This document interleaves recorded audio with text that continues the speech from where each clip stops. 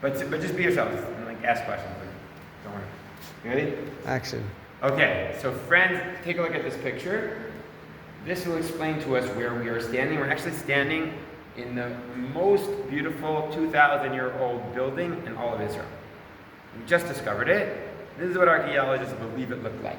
When we entered, we went through the mikvah, right? We immersed. We said, wow, at the water fountain.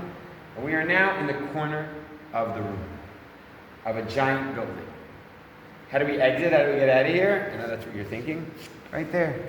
Those are 2,000-year-old exit ways, okay, from our ancestors as they left the place. They prompted it up because they didn't want to fall down like that guy did in the earthquake. So I hope they did a good job. Okay, but that's literally where they are leaving from. In this beautiful building from 2,000 years ago. You see these columns built into the wall? They're still here. Original columns. 1, 2, 3, 4, 5, 6.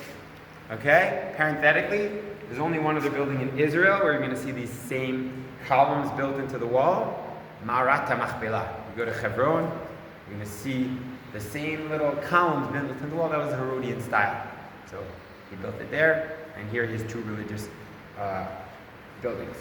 So, very beautiful. Okay? You can even see some candles. Places for lighting, you know? But the question is, what is the function of this room? Okay, it's very nice. So the real answer is we don't know. But there's a lot of interesting theories amongst archaeologists. One theory, a giant lobby. Okay? We mentioned that the Kotel is our next stop. But, and on top of us, who's using that great bridge? The priests, the Kohanim. Okay? What about us regular Israelite folk? So the Kohanim didn't want to have to mingle too much with the regular Israelite folk because they didn't want to become impure on their way to the service. So we got our own entranceway. Why don't we just go straight to the western wall? Maybe the VIP people got a private tour where they got a little massage, got some coffee, you know, hung out a little bit, made a donation to the Herod Fund, something like that. And they got themselves psyched up, spiritually psyched up, before they headed on along their way to the Temple Mount. There's another theory, very fascinating, that for a short period of time, this area may have been the Sanhedrin, the high court where the judges judged. See, the Talmud says that for a short period of time, the rabbis didn't want to be on the Lishkat HaGazit in the Temple Mount area, so they exiled themselves to an area around the western wall. And this might be that beautiful building. You can imagine the judges, you know, getting a drink by the cooler, discussing politics, and sitting, judging right in this very room. One thing's almost for sure, this was a battle site. We found all along this place rocks catapulted from the Romans as they tried to destroy the entire place in the year 70. Okay, and Josephus even talks about this battle may have happened in this very room. So a lot of fighting in the land of Israel had happened in this room. How do we discover this room? Check it out right over there. You see the hole? Who climbs into this hole? Charles Warren. Charles Warren is a British explorer. He is sent by the Queen of England to find the lost Ark on the Temple Mount.